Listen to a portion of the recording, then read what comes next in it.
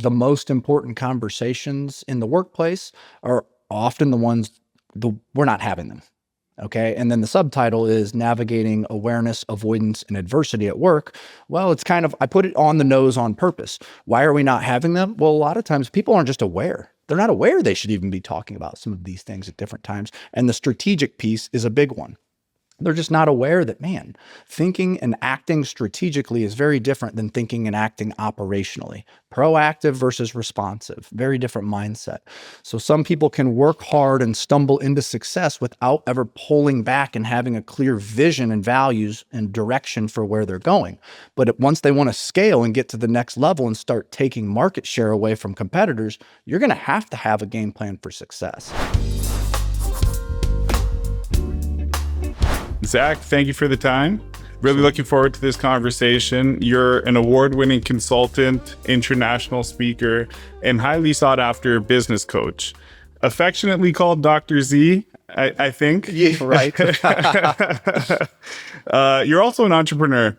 So you're not just speaking about some of the things you're teaching, you're living them as well.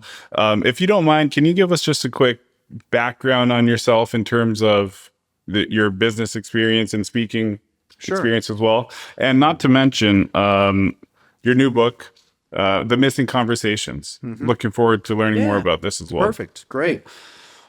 I'm one of those weird guys that is hard to put into a single Excel cell, if you will. So my background originally was in the academic world. So, I was one of those kids that could work hard, play hard. School came fairly easily to somebody that could memorize things well.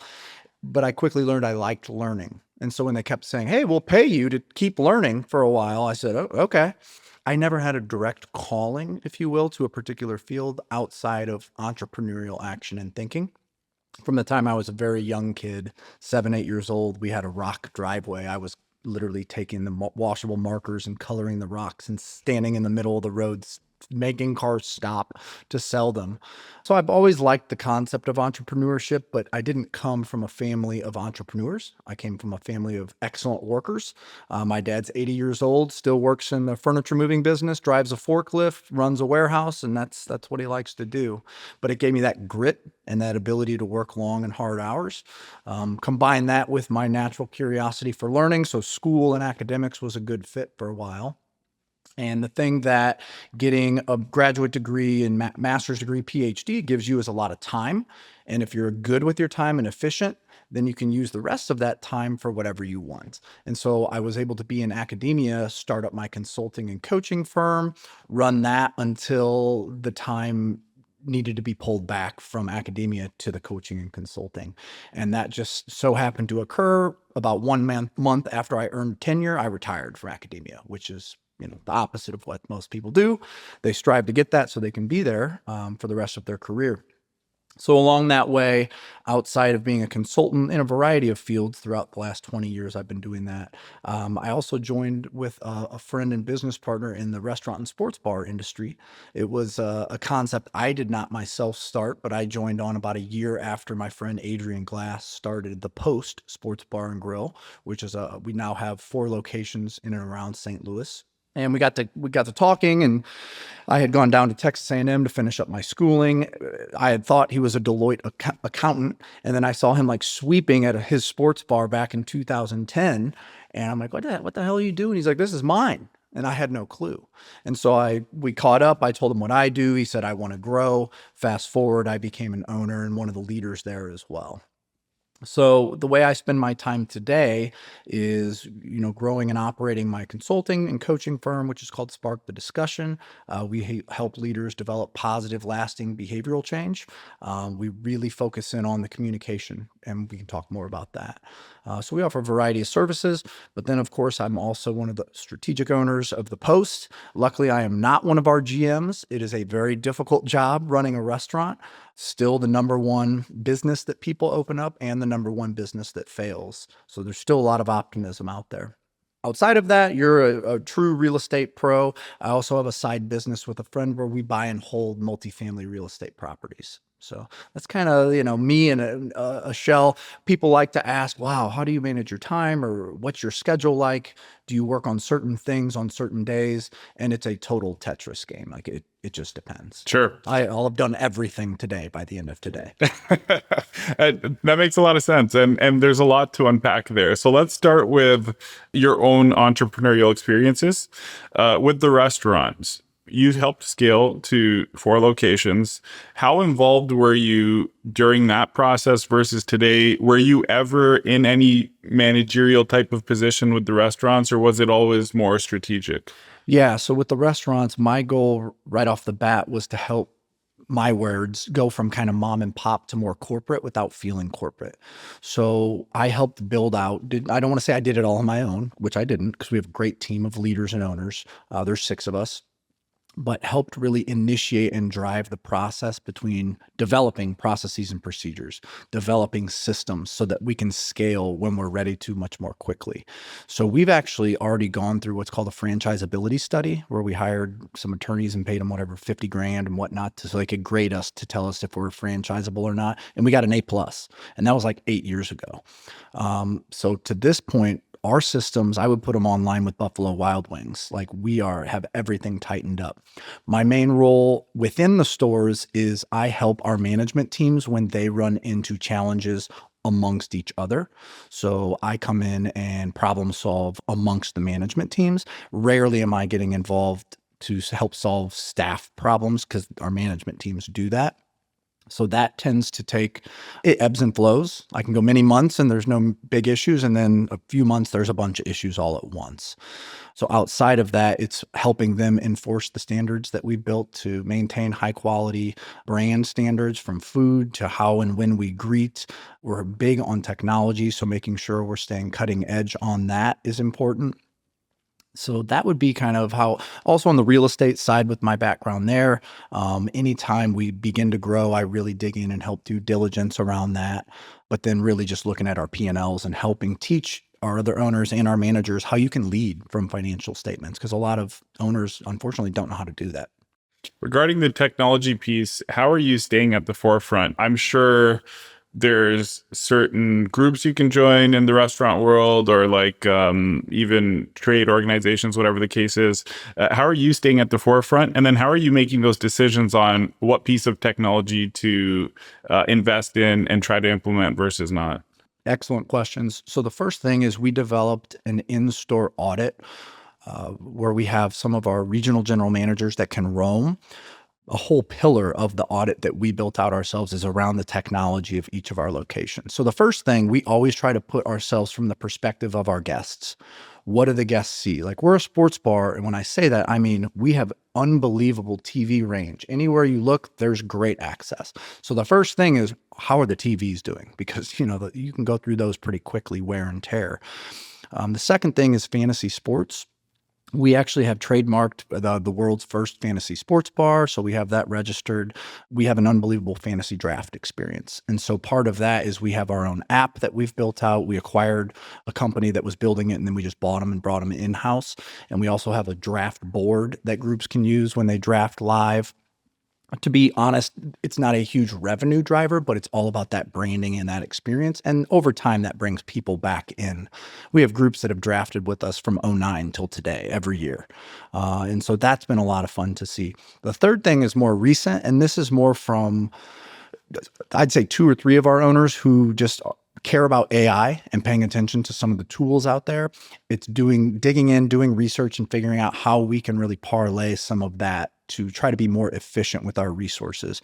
And we do that on the marketing side, on system management, which I'll mention. We're starting to do some things with accounting, but from some tools that I know are coming out in the next 2 years, we're really going to be able to drive down some costs on the back end of things. That's incredible. And I think the focus on fantasy sports is really cool. I don't think I've ever come across a sports bar that really focuses on something like that versus it being something that maybe you can just go and do there, if that makes sense. Yeah. So it's very cool that you're focusing on that experience. Was that the type of idea you're bringing to the table? I know the execution is the whole team, but is that a part of, being a strategic partner in a business? Yeah, no. So when I say strategic, what I mean is, what is the game plan for success that's going to differentiate us from our competitors? The one thing about the restaurant industry is you don't have a lot of, I'm doing air quotes right now, professional people, right? They consider themselves restaurant people. So they don't have a lot of the professional development opportunities that a lot of my corporate clients would get. And an easy thing is to think strategically versus operationally. Thinking operationally, you're a professional firefighter, especially when you're dealing with alcohol, the public, and now in Missouri, marijuana being legal. There's always things to untangle and unpack. Strategic is when you pump the brakes, step back, and begin to think, how does this action and how we approach it today, how we allocate resources today, affect not only this single location, but our entire brand? And really trying to get that mindset going amongst the owners and then amongst the general managers as well. It took a little bit, but now we do strategic retreats twice a year, and that type of thing tends to be pretty rare in the restaurant industry, especially for organizations our size. So I don't know if that kind of hits at what you're talking about. It does. I want to be clear. I didn't create the concept of pivoting to being the world's first fantasy sports bar. My business partner and co-founder, Adrian Glass, it was really his baby, and that's what he wanted to put out there. And so we've built around that over time. You also have your own barbecue rub. Is that available at the restaurant? I have specifically not turned that into a business, right? Okay. As somebody that also runs business, once it becomes a business, then it becomes measurable and metrics. That's a passion project. And I keep it that way on purpose. I've had lots of people say, please start selling it. I'd rather just give it away. The only reason you didn't get one today is because I'm re-upping right now. But we have put it on things at the restaurant. We don't have it officially like on the menu though.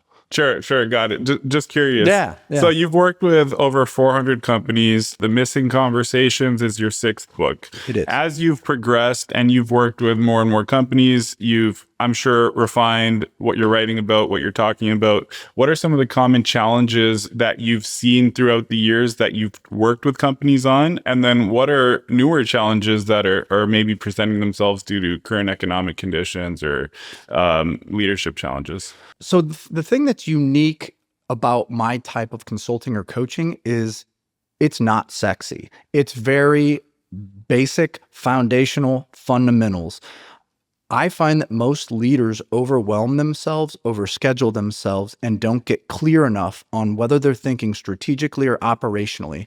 And they then just put all that together, and then that creates confusion at all layers within their organizational hierarchy. So the first thing I would say is you have to be crystal clear on what's the most important thing. If you as the leader or owner, I ask you, what's the highest priority right now your company's working on? You can't answer that. No one else in your company will be able to. And that then just causes lots of problems that eventually turn into conflict, which turns into big dollars. So I always like to go back to clarity, communication, consequences, those 3 things. So can I ask you a question real quick there? Can a company not have different departments that have their own priority? That's their number one priority. And if not, or if yes, can you give a real world example of when you ask that question, what a response back might be like, if you can remember some of the clients? Sure. I mean, well, the first thing is there's different level of strategy, right? So there's a true north that should guide the entire enterprise. Then that strategy should get translated to different departmental levels, and that is actually what they're then executing on. All right. So the strategy might look a little different because it should be translated based on the level of the org chart that you're looking at. I'll just pick a general, like an IT managed service company, right? So let's say you're an IT managed service. That's a fairly commoditized type business nowadays. You can compare costs across a lot of different ones. If I ask you as the owner, what is the most important thing your company is working on, and you can't articulate that, that's a problem. No matter if in the departments of marketing, sales, admin, finance, and HR tends to be common departments, they're not going to know either. They'll know their day-to-day operational goals that they need to hit, or like rocks, if you will, if you know what EOS, but they won't know what that guiding thing is. And why is that guiding light or that true north important? Because you're a commoditized product from the get-go. So you need to know, here's our core service. What's our secondary service? What do we do different and unique that delights the customer and adds value beyond whatever the other competitors that we're directly competing against are doing in our local market? That's one thing I'll say. I find very few folks within the ideal target market we're trying to hit, which is usually between about 10 million and 250 million annually in revenue, usually around 15 to 250 headcount is where I prefer to fish for my clients. They're not thinking strategically. And you can't think strategically without knowing who your top 3 competitors are in your market. You must know who they are and what differentiates your firm or your business from them. So that would be something that I think is important to do from the get-go. So like if we were to use the restaurant example, right? You have 4 locations. Yep. The competitors are different at each location, or are you trying to find a common competitor? Excellent. It depends, right? So our most direct competitors in St. Louis are Cyberg's, Hot Shots, and then you could throw in like Buffalo Wild Wings or Hooters, although Hooters is going bankrupt. But Cyberg's and Hot Shots would be our 2 most direct competitors. But it depends on the segmentation of the analysis that you're doing, right? So eating at home is also a competitor. Sure. Carry out would be a competitor. So there's lots of layers, but our most direct competitors are other sports bars with similar types of menus. So then it would be like, well, what differentiates us from them? Well, are we selling sex? Like how our servers dress? Are we not doing that? Right? In the sports bar market, that's a differentiator. And that's just something we choose not to do strategically because we are a family-friendly sports bar. That's one of the core things outside of fantasy sports that differentiates us. Got it. And that's very strategic to do that. That makes sense. So if you're working with a company and they figured out their North Star, they figured out, what they're working on departmentally, what is the next step for you to help take them from, their current situation to becoming better? Or where's the value that you're adding? So it depends. So it would spark the discussion again, management consulting, leadership coaching. I am always going to hone in on leadership behaviors. That's my core. Like, give me 8 hours. I'll spend time with you. I'll write up a report. If you don't think I can help you, great. I guarantee that I'm able to help drive leverage through leadership behavior improvement. Leadership to me is building relationships that get things done and improve others. If you don't have all 3 of those pieces, you're not leading. You're just a really good individual contributor. You have to be growing others and you have to be getting things done through others. That's leverage. So most leaders I see, and again, the organizational size that I work with, the founder syndrome, they do a lot of things really well. And it's hard for them to give up control of those things. Even if somebody can only do it 80% as well as you can, that's 100% awesome. Because now it frees you up to do higher order things that individual employee is unable to do. So when I come in, it depends on what their professional need is.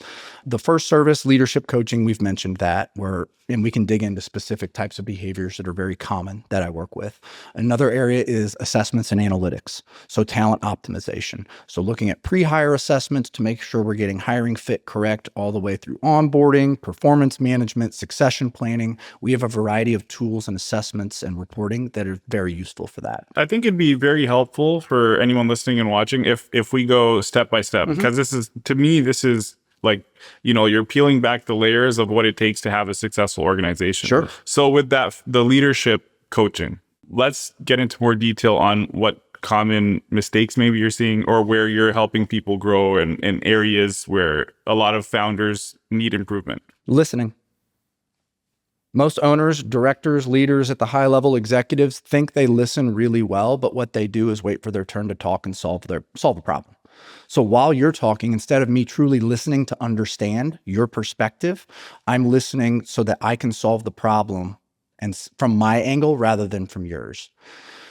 That might be useful, right? It depends on the situation. But I know that as soon as I'm listening and everybody knows I'm not really hearing what they're saying, I'm waiting to respond, everybody around me is not going to have anything to say at some point. All right. So that's a huge issue that I work on lots of leaders with. How do I truly listen to understand and hold back, even allow people to make some mistakes that are acceptable level mistakes? That's where people grow self-sufficiency and leverage gets created. Another one is typically for younger leaders, younger founders, they struggle around how assertive to be, like how much conflict, how much disagreement should I have? And usually when they're in their mid to late 20s to early 30s and they've been successful, right? They're worth a couple $1 million personally. Their business has positive cash flow. I tend to see them flex too hard on the certainty side, on the this is how I do it side, because they feel that that's what success should look like. I have all the answers and all the certainty. And it should probably be a bit of a combination of both. I know this, I don't know this. That's why I hire good people who are smarter than me in other areas. I created an acronym that I find is very common. Most of my leadership coaching, I'll involve this to some degree, maybe not all 4 aspects. The acronym is FIRM, F-I-R-M. I think great leaders are firm. They know their non-negotiables, what they're willing to put up with and what they're not willing to put up with. So firm, this is an acronym. F can stand for framework. That's more that strategic level thinking. What framework are you bringing in to make sense of things? I actually view leadership as all about creating clarity. Management is reducing complexity for people. So oftentimes you come into a conversation, it's clear nobody knows what's going on. Use a framework. A simple one's a SWOT analysis. You can apply that in many ways. That will just help lead to clarity to have a more effective communication conversation. Impression management. Leaders, they're not aware. They want to be seen as kind of one of the guys or one of the gals. You're not. You're the leader. Like, you need to know your echo. Your echo sounds different than everyone else in the organization. So it's really around that impression management. What are you projecting? Are you reading the room? Are you able to pivot in the moment? That's important. The R is reflexivity. I think good leaders are reflective. Oh, that meeting didn't go well. What didn't? Do an after action review, a post-mortem. Okay, change it next time. Great leaders or elite leaders are reflexive. In the moment, they sense something's off and they do something different. They call attention to it. They own it. If a mistake has been made and they say, that's my bad, let's do it differently right now. And they get the audience's buy-in. That's hard. That takes a lot of practice to get to. And then M is message strategy. Most people treat communication like breathing. They don't think about it at all. And so they have one message for everyone, and that's a really bad way to lead. You should truly try to practice the platinum strategy, the platinum rule whenever possible. Instead of treating everybody how I want to be treated, the golden rule, treat others how they need to be treated based on what their needs are, their strengths are, their areas for improvement are. That takes time. That takes energy and effort to understand that for your core direct reports and the leaders that are on your team, let alone your customers, people in the mid-level of the chart. But message strategy is extremely important, especially you mentioned the macro uncertainty, politics, economy, whatever, weather events. We've had a lot of snow days lately. You have to be able to think about how the message is going to be received by a variety of stakeholders, internally and externally. And so I'm always preaching a hub and spoke approach, especially if there's difficult conversations or a bit of friction involved. Have a kind of an all staff message and then have one-off conversations with people to reinforce it. So how much of this does the founder need to do personally versus how much can they delegate? So like, for example, the delivering of a message, does it have to come directly from the founder, or does it just strictly depend on how important the message is? Right. I'm going to give you the BS answer, the academic attorney answer. It depends, which is true. Yeah. It totally depends on, I have a client, I won't give too much information. The client has a large percentage of their budget comes from federal funding. All of that is at stake of being cut right now. This is a huge organization, $100 million a year budget or revenue that they drive. And so that message must come from the leader of the organization. There's no delegating this to the COO or the CHRO or something like that.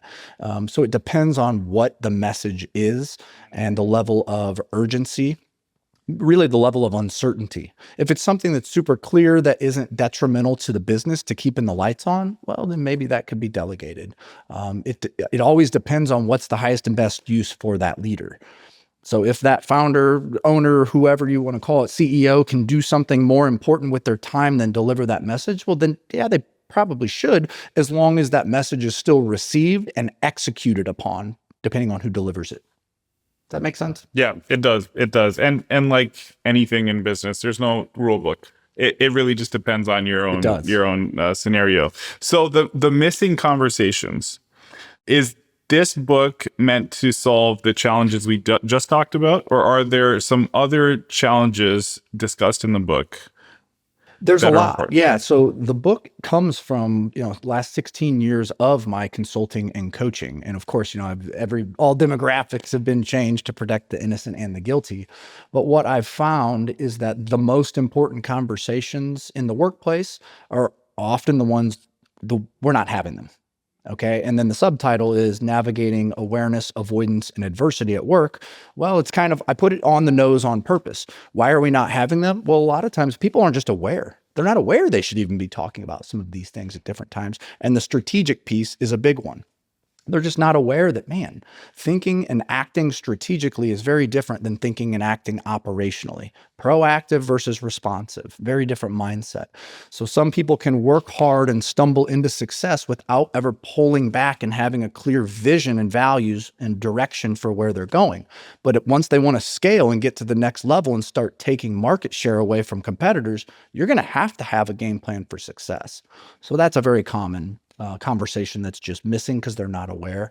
Avoidance is the most fun one, in my opinion. We know the conversations we should be having with folks. We just don't, because we don't like them, because we're uncomfortable, because we're fearful. Maybe we'll lose a good player. Maybe we'll create uncertainty for our performance or our compensation metrics. Maybe we'll create an exception to the rule, and then our fear is that that'll negatively impact our environment. Maybe it's about a toxic culture or a toxic person, and we don't know what'll happen if we bring this up. So the mid part of the book, the avoidance piece, is I find to be probably the most useful part of the book, because I'm sure you can come up with at least one conversation if I primed you to be like, what should you be talking about with somebody who works for you that you just haven't, because it's a little like, I don't want to do that.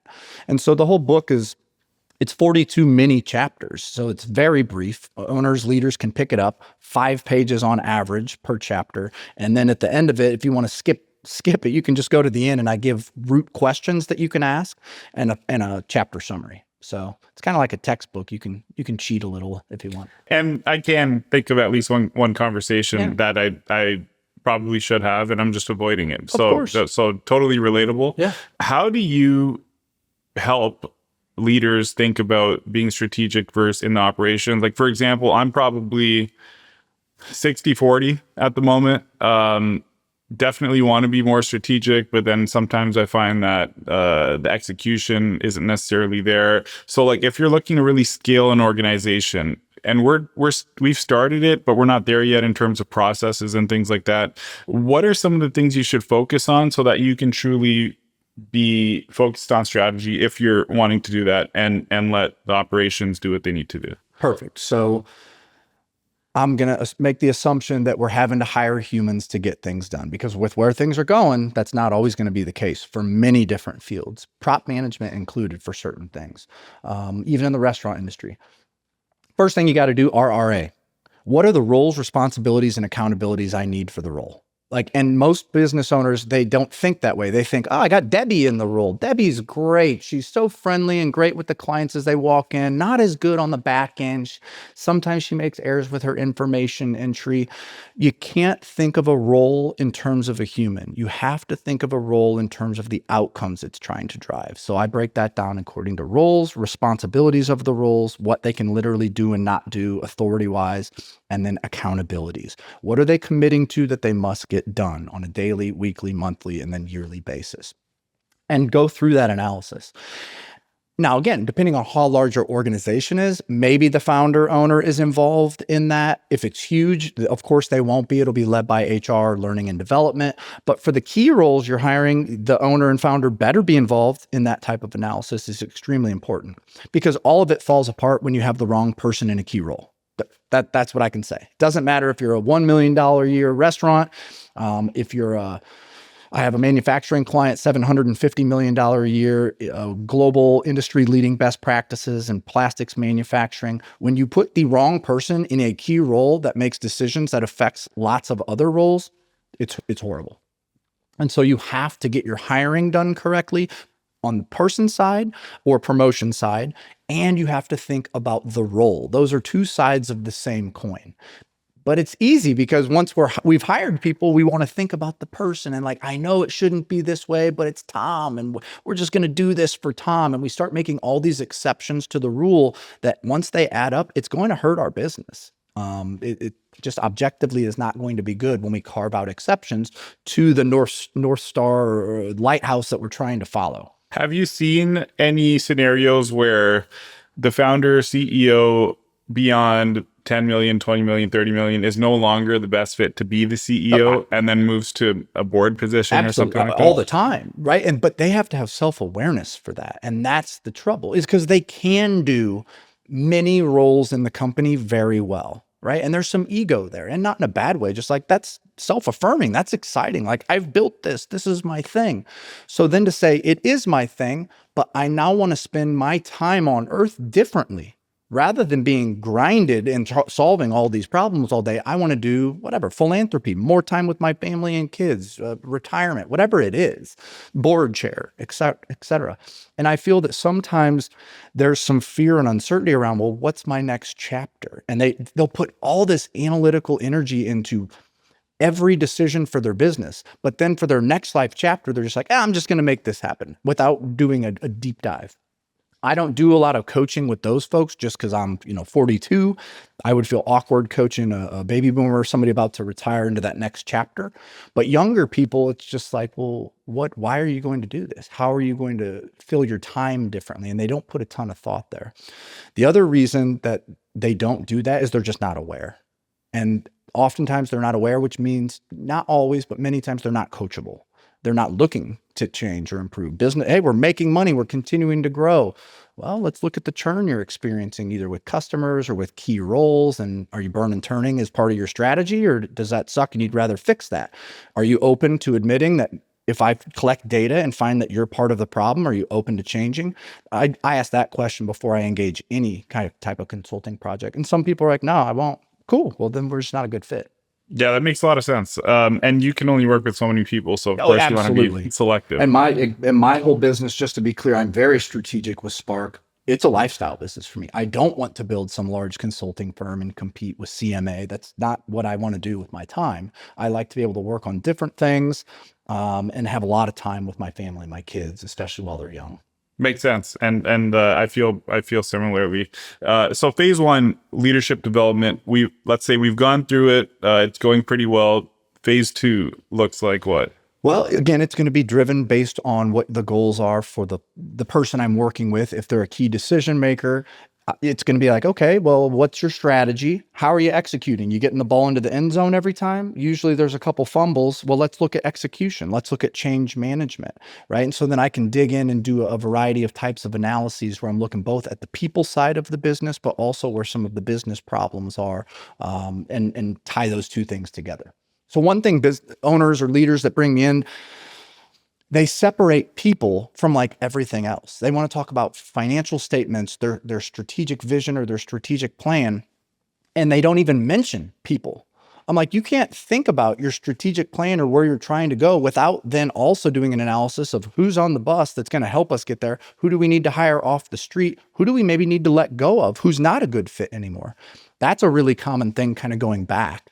You asked what are common things I see. Once businesses move from a plateau or base camp and they start scaling that next peak of the mountain, jobs pass a lot of people by in the mid part of the org chart. And that's real emotional for owners. Those employees have been loyal. They've gone through hell with the owner to get there, but they're just not able to add the value that the new job tasks need.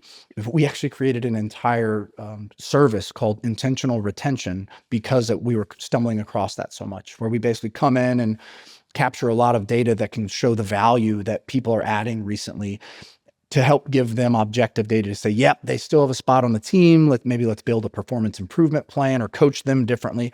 Or it's like they really don't anymore. So let's part with dignity and a good succession plan. Yeah, I totally, I can relate to that. And I'm sure a lot of founders can relate to it. It's very challenging when you're going from, let's say 0 to 5 to 10 to 15 million and seeing, as you put it, the roles kind of pass by some of the team members who you're very loyal to, and they're vice versa, very loyal to the company. Well, and the thing is, nobody wants to throw their hand up to their boss or themselves and be like, this job, I can't do it anymore. I'm too stressed. But the signs are there. Like people's physical demeanors change. They start sleeping poorly. Like lots of signs are pointing to job has changed. I don't know that job has changed, or I don't want to admit I can't do it anymore.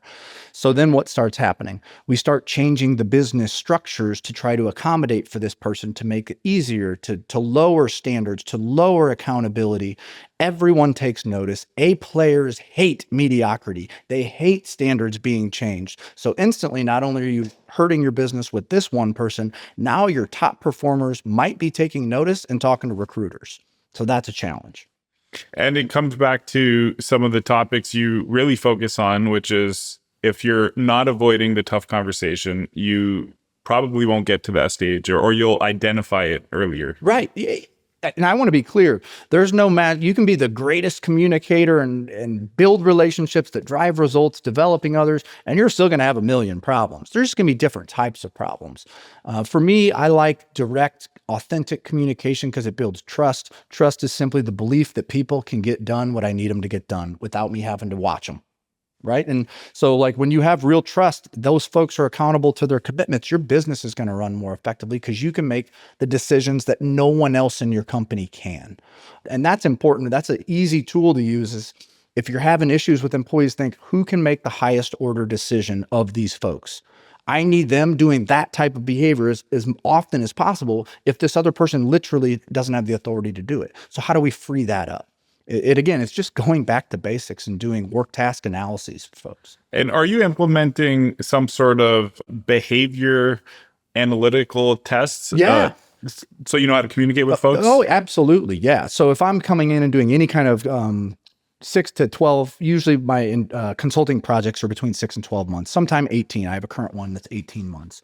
I always start with getting the key folks behavioral assessments, and we use the Predictive Index. We just, my firm's a certified partner with them. PI just hit its 70th anniversary, which is awesome. So it's got 70 years of fantastic science behind it.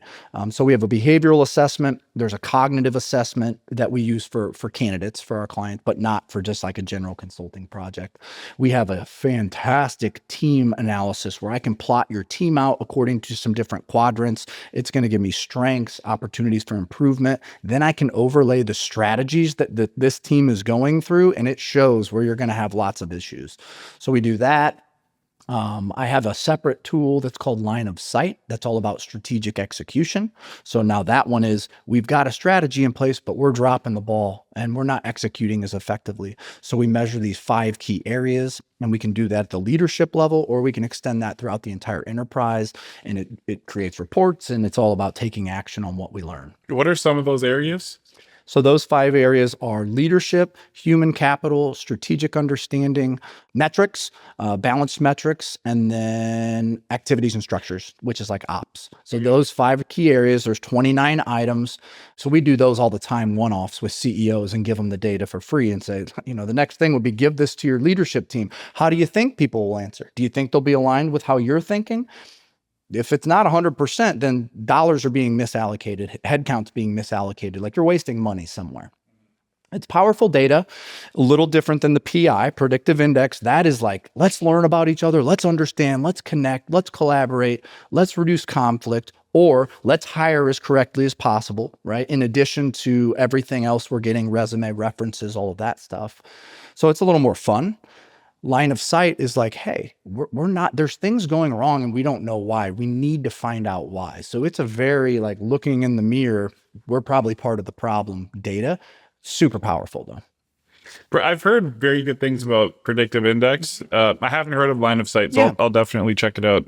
But the thing that I find very fascinating about Predictive Index, I've taken it as well myself, is it's really only like, I don't know, 30 or 40 things you're selecting out of. It's 2 questions, and there's 86 adjectives, and you're either selecting or not selecting those for each of the 2 questions. And it's, you would think, like the first time I looked at it, I was like, how accurate could this be?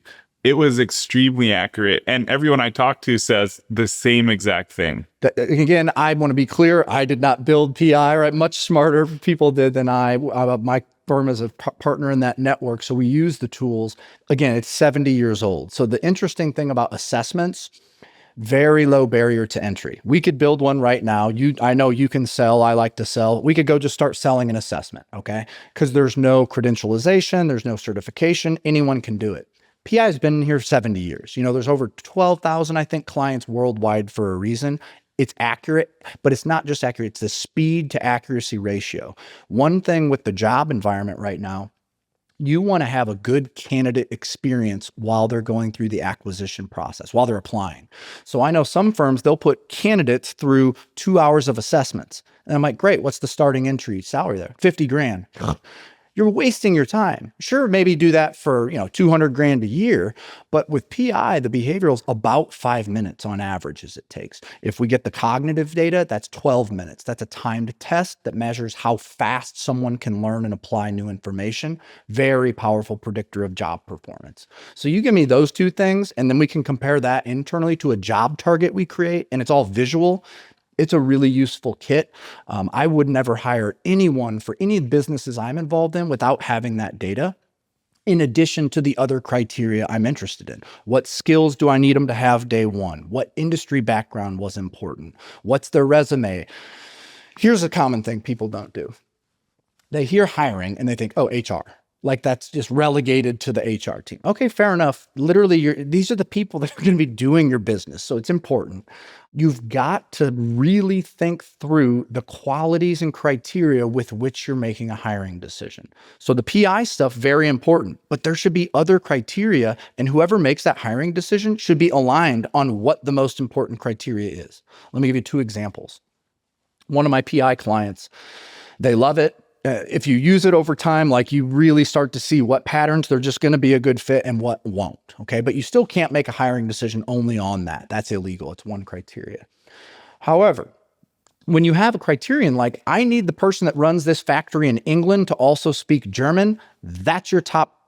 It doesn't matter if their PI is perfect or crap. Like if they have that, you're probably going to give them a job because you need that. Another one, whenever you need security clearances, that's the top priority. All these things are secondary. So one of the things we do when we're working PI stuff or change management is just giving them a little more strategic understanding of how to think through hiring decisions. That makes a lot of sense. And I didn't know, not that we don't use PI, but I didn't know it was illegal to make your hiring decision just based on the assessment. Yeah. That's good to know. It would also be hard, for a smart attorney could figure out a way to do it. But yeah, you're not supposed to just use any kind of single assessment to make that hire. Sure. Yeah, that makes sense.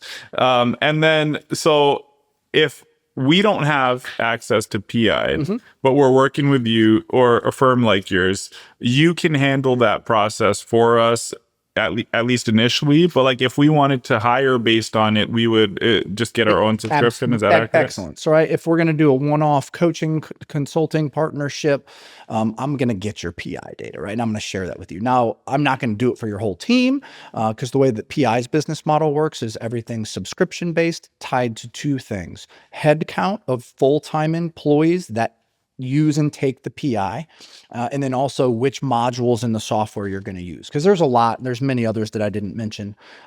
So the whole kit and caboodle, it can be a pretty big investment there, but it drives a ton of value. Some clients, all that's great, but they're just focused on getting the hiring right. So then we only need to turn on the hiring one. So it really does depend on how you're doing it. But if you're like, yeah, we need to get hiring and we need to improve some leadership, enable some better behaviors, so then we could turn on 2, you would get your own subscription. It doesn't auto renew. You have to sign a new agreement every year. So you're not constantly just getting charged if you didn't use the tools as much for some reason. So I've had a great time working with them over the last 9 years. So they're a solid company. Sure. Yeah, I've only heard good things. Good. Switching gears a little bit. Yeah. Your car was orange. Your water bottle's orange. Your pocket square is orange. Your socks are orange. My watch. Your watch, your ring, your shoelaces are orange. Can you expand on, you told me when I asked you about it, but can you expand on why? And then if that, the answer there ties into any other broader strategy or, some of your teachings? Sure.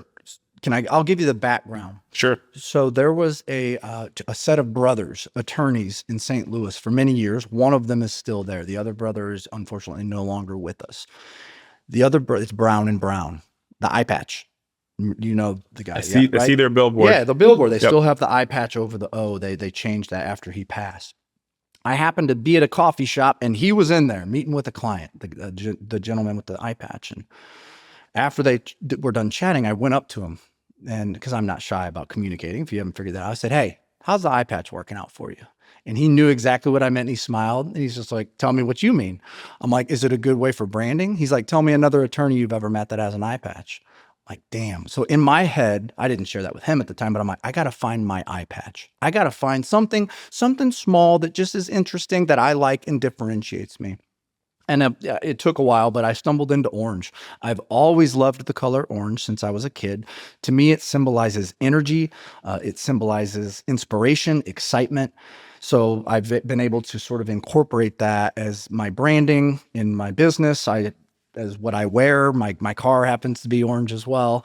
I think it's important because I see a lot of apathetic leaders because they don't need the energy themselves to get things done. They think, oh, well, my team doesn't either.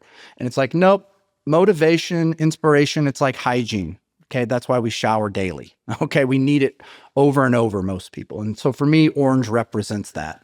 That's very cool. And I appreciate you sharing that energy piece. Do you think most leaders need to be one certain type of personality in terms of like, outspoken, energetic, type A, or can you be a more relaxed, good listener, whatever the case is, type of leader and still reach the same level of success? So the most honest answer is absolutely. There's no one cookie cutter leadership approach. It should be more like, what's the situation need? What's the business need? Where's the business in its life cycle? Where's the market in the business cycle? So we could layer on all kinds of BS, right, to get real specific. My most honest answer would be flexibility, adaptability, which is the heart of strategic thinking. You need to have the ability to have energy, be verbose, deliver the town hall with zest, right? Get out and shake hands and inspire people, and have the ability to pull back and listen, right? And people will probably know which one you're better at, but showing that you're willing to flex that and try to adapt, that's good role modeling behavior that you want for your managers and your leaders. So my answer would be, know who you are naturally, know your voice, know your strengths, play to that. You're not going to be everything to all people, but at least try to do some adapting over time, and then coach people on the behavior change. Let them know, hey, this isn't my strongest, but I'm really going to get out of my comfort zone to try it today. That's what I'd say. Yeah, that makes a lot of sense. What do you do personally to bring the energy to improve upon the way you communicate? This is interesting that you say this, because in my coaching part, with my coaching session an hour before with my client, we were focusing on listening for him, and I shared some things that I did to improve my listening. Now, again, these are way out there, but as a professional communicator, I think it's important to do the things I preach to others. And a few years ago, a friend of mine unexpectedly committed suicide. And this was a very high energy person, successful entrepreneur, multiple degrees, had a very high revenue earning gym in St. Louis, had a podcast about positivity. Okay, so this was a person that no one thought would commit suicide, and they did. And I remember thinking, I got to do something to honor this person. And when I'm thinking that, I'm reading a book called Never Split the Difference, about negotiation. Really good book. And one of the things, Boss, yep, exactly, excellent. And one of the things he said, he was a hostage negotiator. He wanted to become that when he was a young buck. They said, go work at crisis lines, go answer suicide call hotlines, and he did it. And then came back and they're like, you did that? No one ever does that. So I did that. I went and got 80 hours of training, and I answered suicide hotlines. People that were having suicidal thoughts and ideation would call this number prior to 988. Now we have 988 nationally that anyone can call, which is amazing. But this was during COVID. So from 11 p.m. till 4 or 5, I forget, a.m., every Saturday night for 2 years straight. That's what I did. So in terms of like high stakes communication for me, it was life-changing. I learned a few things. One, how many pets literally keep people alive. That was something that was just mind-blowing. Two, I'm not there to solve their problem. I'm there to simply listen and offer understanding and ask questions. These folks, they didn't have anyone in their life that they could turn to, so they're having to call this number to talk to a random stranger, or they were going to off themselves. So that was something. And then another thing I did, I don't have a lot of older folks in my lives. Grandparents have passed on, and I was very uncomfortable around like nursing homes or places like that. So I had a client that's their business, and I found out that there was a program where you could go spend time with people who don't have families. So I signed up, and started doing that to force myself to expand my comfort zone, have these kinds of conversations. So those are like way out of the box and very big time commitment, but that's what I try to suggest to my leaders. It's like, we're going to find creative ways to determine whatever your most productive behaviors are, amplify them in creative ways. What are the most destructive or unproductive workplace behaviors? We're going to minimize and eliminate. And we measure those. I have surveys that we kick off every coaching engagement with. So hopefully that answers. Yeah, it does. It does. And I'm assuming like exercise and eating healthy and things like that plays into it as well. Yeah, absolutely. Well, clearly hydration is important to me, my huge water hydration, but eating, nutrition is very important. Food for fuel versus food for fun. Although I love to cook and barbecue, like, I also think probably the most important decision a person can make for both their mental health and their physical health is who their spouse is, if you choose to get married. You get that one wrong, most other things in your life will go wrong. And that comes from about 1,500 hours of divorce and domestic mediation experience. I was a mediator through my PhD. That's what my research was in. I quickly learned I preferred helping mediate and people talk things out than doing research about it. But I got to see people at their worst. And it was very clear, like, boy, choosing that spouse appropriately is really important for mental health. That's a great piece of advice there. I want to be respectful of your time, Zach.